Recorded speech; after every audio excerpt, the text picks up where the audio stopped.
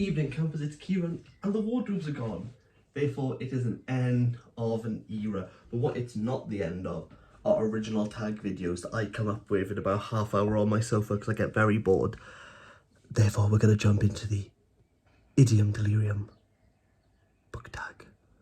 Brackets original, end brackets. A closed book. A book that you've had no desire to buy or read. And it has to be Charles Dickens. I know the prompt said book, but really anything by Charles Dickens I'm not going to touch with a barge pole. I know there are people on BookTube who love the classics, who love Charles Dickens, but your boy is not going to be reading any Charles Dickens. It's just not going to happen. People have tried to convince me to read Charles Dickens. I just have the perception it's going to be really boring, because most Victorian literature I've read is boring.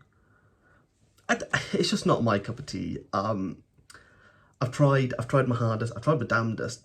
I know he's the granddaddy of it, but not on my shelves, not on my wall. An open book, a book that you have the desire to read, but have not bought or read it. The more I think about it, the harder this question is. And I don't know why I've continued to put it in this tag, but well, my original was going to be Moby Dick. But I flit on and off about wanting to read that. It seems like a really big investment. So, actually, one that springs to mind is Ulysses by James Joyce. I always seem to pick up a copy when I see it, flick through it, put it back and go, I'm gonna get there one day. I don't know why I haven't bought it or taken it out from the library. I feel that it's influenced a lot of the books that I enjoy. And it's just kind of like a behemoth and a staple of modernism and the 20th century itself. I did see this like really nice old leather-bound version of it in like a second-hand bookshop in Cardiff, but the font was tiny and it was about yay big, the book, so it was obviously just a chunky boy. Had it been like a normal sized book size, I probably would have bought it. But yeah, I just want to read it. I just never have. Probably never will. It's just a commitment. Big books are a commitment. You just gotta, I don't know. In my good books, what book do you wish had more recognition? And it has to be, I've mentioned it before in the video. I've mentioned this before, but it has to be Light Boxes by Shane Jones. It's just, it's just a little delight. It's just a little delight. I don't know why people aren't picking this up. Now I can't think about it. I've never actually seen it in a bookstore, bar Waterstones, which I bought this from. I don't think it's there anymore on the shelves. I think I probably just picked up the only copy. It's probably the only copy that's ever been in the store. But nevertheless, it's a really good like neo-gothic story. And the premise is that the month of February has disappeared.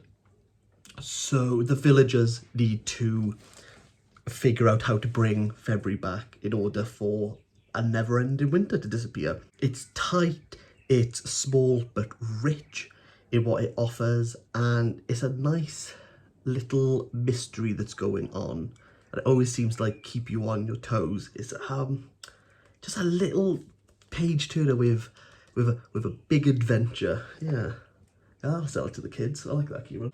Off the books, I just want people to recommend something that's not book related that they absolutely adore. You know I love me the literature, but I also love the music, which is why I normally wear Sun t-shirts. But rather than getting into drone metal, let's dip into something easy. So I'm just going to recommend 2 songs for you to listen to. One is Pants by Lemuria. The album itself is like 12 years old, I think, but it was put on to me by a good friend, and it's just a really good upbeat song. It's got the summer vibes, so while we're all going wild in the house alone with COVID. Another song is Hype Deep by Reykjavík, which first of all, Icelandic people, I don't speak your language. Sorry. But yeah, they're an Icelandic all-girl rap group. It's just a really good song. What are they rapping about? couldn't tell you, is it a banger? Yes. So those are just 2 songs that I'll put in the description, and just give them a listen and let me know in the comments what you thought about them. But they just want to recommend some lovely songs and something that you probably haven't listened to just spice things up a little bit.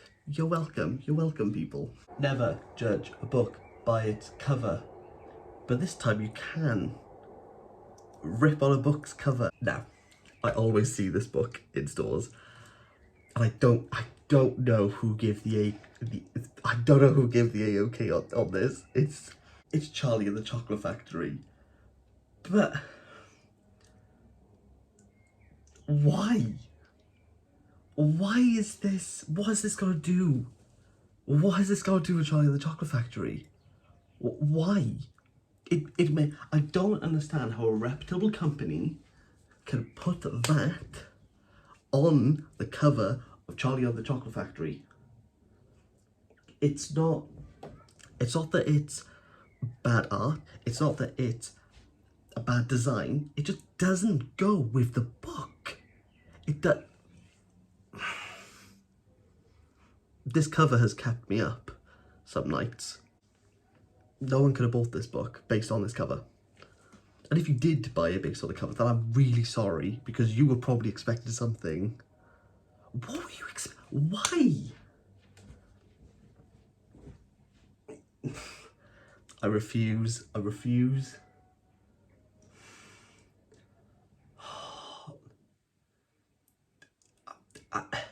They're having us on. They have to be having us on with this cover. They have to be having us on. What?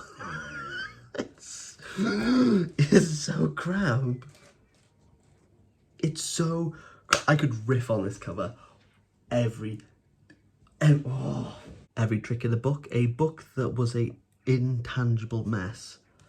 It's Atlas Shrugged by Ayn Rand. It just threw everything.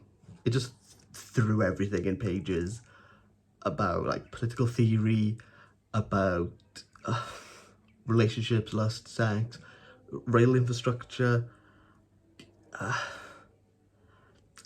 I read this. I got nothing out of this. I thought it would be the book that would be like, oh, I understand Ayn Rand's objectivism. No. I just learned that trading companies don't seem like a great place to work. It's a lot of words. Literally, and it's just words. It's just bunk. Hit the books. What was a book that you loved and or hated whilst you were studying it in school or university?